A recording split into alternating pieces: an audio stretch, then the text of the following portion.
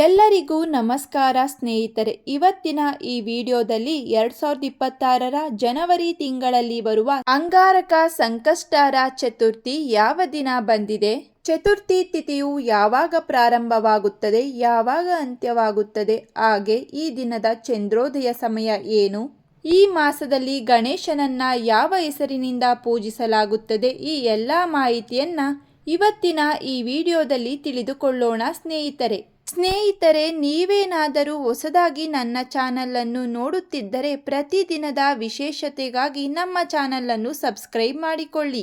ಪ್ರತಿ ತಿಂಗಳು ಕೃಷ್ಣ ಪಕ್ಷ ಚತುರ್ಥಿಯೊಂದು ಭಕ್ತರು ಗಣೇಶನಿಗೆ ಉಪವಾಸ ವ್ರತವನ್ನ ಮಾಡುತ್ತಾರೆ. ಜೊತೆಗೆ ಈ ದಿನ ಸಂಕಷ್ಟಹರ ಚತುರ್ಥಿ ಆಚರಣೆಯನ್ನ ಮಾಡುತ್ತಾರೆ. ಈ ವ್ರತವನ್ನು ಗಣೇಶನ ಭಕ್ತರು ವಿಶೇಷವಾಗಿ ಆಚರಣೆ ಮಾಡುತ್ತಾರೆ.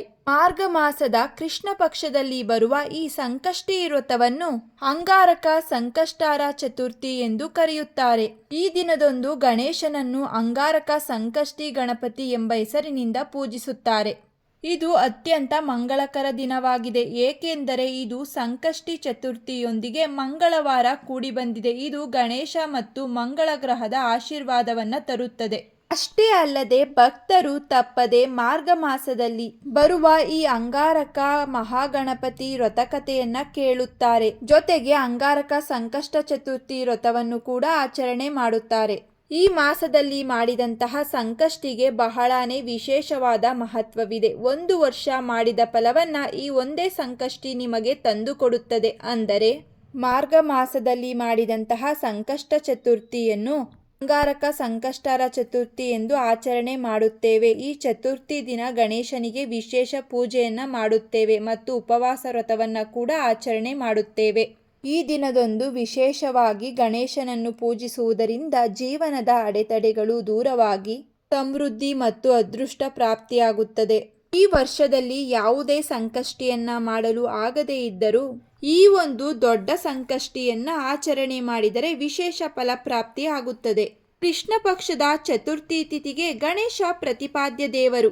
ಈ ಗಣೇಶನಿಗೆ ಪೂಜೆ ಮಾಡುವುದರಿಂದ ಇಷ್ಟಾರ್ಥ ಸಿದ್ಧಿಯಾಗುತ್ತದೆ. ಗಣೇಶನಿಗೆ ಭೂಮ ಎಂದು ಕರೆಯುತ್ತಾರೆ. ಭೂಮಿ ಮೇಲೆ ಯಾರೇ ಆರಾಧನೆ ಮಾಡಿದರೂ ಕೂಡ ವಿಘ್ನೇಶ್ವರ ಅವರ ವಿಘ್ನಗಳನ್ನ ನಾಶ ಮಾಡುತ್ತಾನೆ. ಆದ್ದರಿಂದ ವಿಘ್ನೇಶ್ವರನ ಪೂಜೆ ಮಾಡದೆ ನಾವು ಯಾವುದೇ ಕಾರ್ಯಗಳನ್ನ ಮಾಡುವುದಿಲ್ಲ.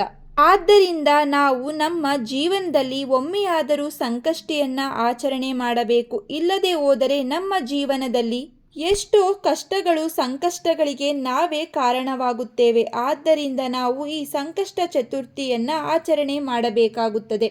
ಈ ಅಂಗಾರಕ ಸಂಕಷ್ಟ ಚತುರ್ಥಿಯು ಅದರಲ್ಲೂ ವಿಶೇಷವಾಗಿ ಮಹಾಸಂಕಷ್ಟಿ ಎಂದು ಅನಿಸಿಕೊಳ್ಳುತ್ತದೆ. ಮಾರ್ಗ ಮಾಸದಲ್ಲಿ ಗಣೇಶನನ್ನು ಅಂಗಾರಕ ಮಹಾಗಣಪತಿ ಎಂಬ ಹೆಸರಿನಲ್ಲಿ ದುರ್ಗಾ ಪೀಠದಲ್ಲಿ ಆಹ್ವಾನಿಸಿ ಪೂಜೆ ಮಾಡುತ್ತಾರೆ. 2026ನೇ ಇಸವಿಯಲ್ಲಿ ಜನವರಿ ತಿಂಗಳಲ್ಲಿ ಬರುವ ಸಂಕಷ್ಟಹರ ಚತುರ್ಥಿ ವ್ರತವನ್ನು ಜನವರಿ 6ನೇ ತಾರೀಕು ಮಂಗಳವಾರದಂದು ಆಚರಣೆ ಮಾಡುತ್ತೇವೆ. ಚತುರ್ಥಿ ತಿಥಿಯು ಪ್ರಾರಂಭವಾಗುವಂಥದ್ದು 6ನೇ ತಾರೀಕು ಮಂಗಳವಾರ ಬೆಳಿಗ್ಗೆ 8 ಗಂಟೆ 1 ನಿಮಿಷಕ್ಕೆ ಪ್ರಾರಂಭವಾಗಿ ಜನವರಿ 7ನೇ ತಾರೀಕು ಬುಧವಾರ ಬೆಳಿಗ್ಗೆ 6 ಗಂಟೆ 52 ನಿಮಿಷಕ್ಕೆ ಕೊನೆಗೊಳ್ಳುತ್ತದೆ. ಸ್ನೇಹಿತರೆ, ಈ ಬಾರಿ ನಾವು ಈ ಸಂಕಷ್ಟಹರ ಚತುರ್ಥಿ ವ್ರತವನ್ನ ನಾವು ಜನವರಿ 6ನೇ ತಾರೀಕು ಮಂಗಳವಾರದಂದು ಆಚರಣೆ ಮಾಡುತ್ತೇವೆ. ಹಾಗೆ ಈ ದಿನ ಚಂದ್ರೋದಯ ಸಮಯವು ಮಂಗಳವಾರ 6ನೇ ತಾರೀಕು ರಾತ್ರಿ 8 ಗಂಟೆ 54 ನಿಮಿಷಕ್ಕೆ ಈ ಸಂಕಷ್ಟಹರ ಚತುರ್ಥಿ ಚಂದ್ರೋದಯ ಸಮಯವಾಗಿದೆ. ಈ ಸಂಕಷ್ಟಹರ ಚತುರ್ಥಿಯನ್ನು ಅಂಗಾರಕ ಸಂಕಷ್ಟಹರ ಚತುರ್ಥಿ ಎಂಬ ಹೆಸರಿನಿಂದ ಆಚರಣೆ ಮಾಡುತ್ತೇವೆ. ಸ್ನೇಹಿತರೆ, ಇವತ್ತಿನ ಈ ವಿಡಿಯೋದಲ್ಲಿ 2026ರಲ್ಲಿ ಬರುವ ಸಂಕಷ್ಟಹರ ಚತುರ್ಥಿ ಯಾವ ದಿನ ಬಂದಿದೆ, ಚತುರ್ಥಿ ತಿಥಿ ಯಾವಾಗ ಪ್ರಾರಂಭವಾಗುತ್ತದೆ, ಯಾವಾಗ ಅಂತ್ಯವಾಗುತ್ತದೆ, ಹಾಗೆ ಚಂದ್ರೋದಯ ಸಮಯ ಏನು, ಈ ಎಲ್ಲ ಮಾಹಿತಿಯನ್ನ ತಿಳಿಸಿದ್ದೇನೆ. ಈ ಇವತ್ತಿನ ಮಾಹಿತಿ ನಿಮಗೆ ಇಷ್ಟವಾಗಿದ್ದಲ್ಲಿ ಈ ವಿಡಿಯೋವನ್ನು ಲೈಕ್ ಮಾಡಿ, ಹಾಗೆ ನಿಮ್ಮ ಫ್ಯಾಮಿಲಿ ಮತ್ತು ಫ್ರೆಂಡ್ಗೆ ಶೇರ್ ಮಾಡಿ. ಇದೇ ರೀತಿಯ ಮತ್ತಷ್ಟು ವಿಡಿಯೋಗಾಗಿ ನಮ್ಮ ಚಾನಲನ್ನು ಸಬ್ಸ್ಕ್ರೈಬ್ ಮಾಡಿಕೊಳ್ಳಿ. ಮತ್ತೆ ಸಿಗೋಣ ಮತ್ತೊಂದು ವಿಡಿಯೋದಲ್ಲಿ. ಎಲ್ಲರಿಗೂ ಧನ್ಯವಾದಗಳು.